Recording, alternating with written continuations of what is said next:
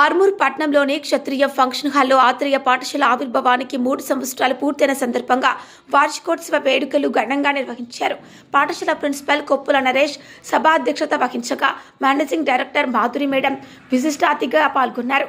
ముఖ్య అతిథులుగా chartered accountant Eravatri Rajasekhar, న్యాయవాదులు విప్లవ కిరణ్, గండటి ఆనంద్ తదితరులు హాజరై విద్యార్థులకు శుభాకాంక్షలు తెలిపారు.